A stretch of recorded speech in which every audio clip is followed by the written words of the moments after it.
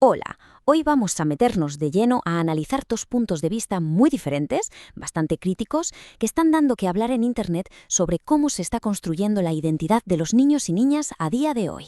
Y en el fondo, todo el análisis va a girar en torno a una pregunta clave, la que se hace en los dos materiales que vamos a ver. ¿Cómo se puede saber qué es un sentimiento auténtico de un niño y qué es, digamos, la influencia de los adultos o de la sociedad que le rodea? Ahí está el meollo de la cuestión. Bien, esta va a ser nuestra hoja de ruta. Primero, una pincelada sobre la identidad infantil.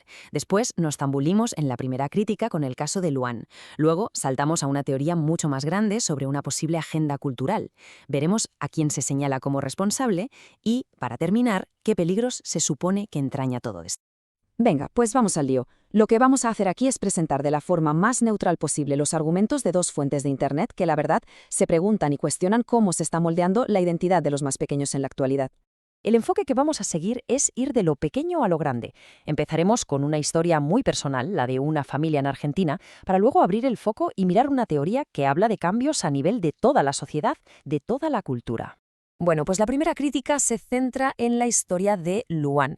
Es un caso que ocurrió en Argentina, donde un niño de 4 años pues, cambió legalmente su identidad. Y esto lo analiza en profundidad un canal llamado Tipito Life. Todo empieza, según cuenta la madre de Luan, cuando él tenía poco más de 2 años y empezó a decir frases como «soy un chico» o «cuando sea grande seré papá y tendré barba». Este es el punto de partida. Y aquí es donde la fuente que estamos analizando lanza su primera gran pregunta. A ver, un niño de 2 años que casi está aprendiendo a formar frases, ¿de verdad puede entender un concepto tan abstracto como el género? El argumento principal de esta primera fuente es que estamos ante lo que llaman una proyección de los padres. O sea que los adultos ven un comportamiento que es totalmente normal en un niño, como por ejemplo que admire mucho a su padre, y lo interpretan, pero a través de sus propias ideas, de su propia ideología. De hecho, la fuente lo dice de una manera muy directa, cito textualmente. La madre se inventa la fantasía en base a la información que tiene y se la proyecta al crío. El crío no tiene ninguna posibilidad de saber qué es un hombre y una mujer. O sea, una afirmación, como vemos, muy contundente. Y ojo este dato. Según la Asociación Civil de Infancias Libres, un 42% de los niños y niñas expresan su disconformidad de género entre el año y los 4 años, pero aquí la fuente que analizamos pone un pero muy grande. Señala que esta asociación la dirige la madre de Luana, otro caso muy mediático en Argentina que, de hecho, inspiró a la familia de Luana. La advertencia con la que cierra esta primera crítica es seria.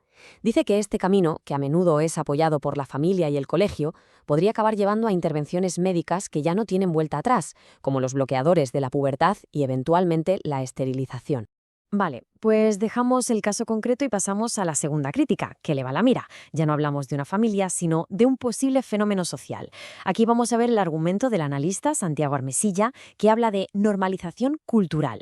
Y el detonante de este segundo análisis, curiosamente, es una serie de televisión española que se llamó Escándalo. ¿La trama? Pues una relación amorosa entre una mujer de 42 años y un chaval de 15.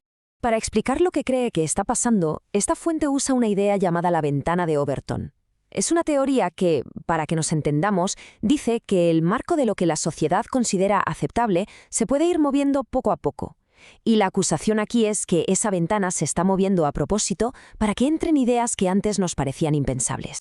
Y aquí viene la afirmación más fuerte de esta segunda fuente. Sostiene que el objetivo último de todo esto sería normalizar la pederastia, y que para conseguirlo se estaría usando un discurso de empoderamiento femenino, una narrativa feminista, para que la idea, digamos, sea más fácil de aceptar socialmente.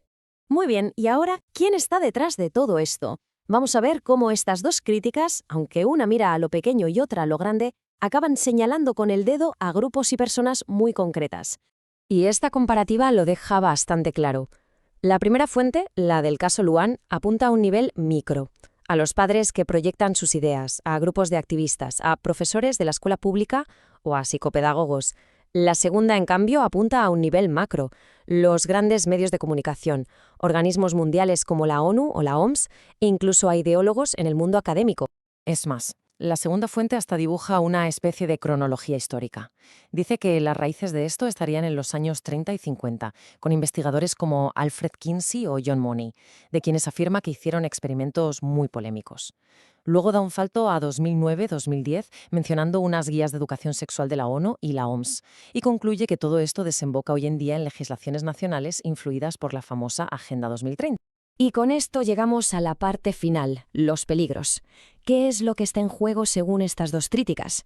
Pues la verdad, ambas pintan un panorama con consecuencias muy serias, tanto a nivel individual como para la sociedad en su conjunto. La primera fuente, la que se centraba en el caso Luan, habla de daños a la persona. Habla de traumas psicológicos, de una posible confusión de identidad para toda la vida, de meterse en procedimientos médicos sin vuelta atrás, como la esterilización por bloqueadores hormonales, y todo esto, claro, sin el consentimiento que podría dar un adulto con toda la información.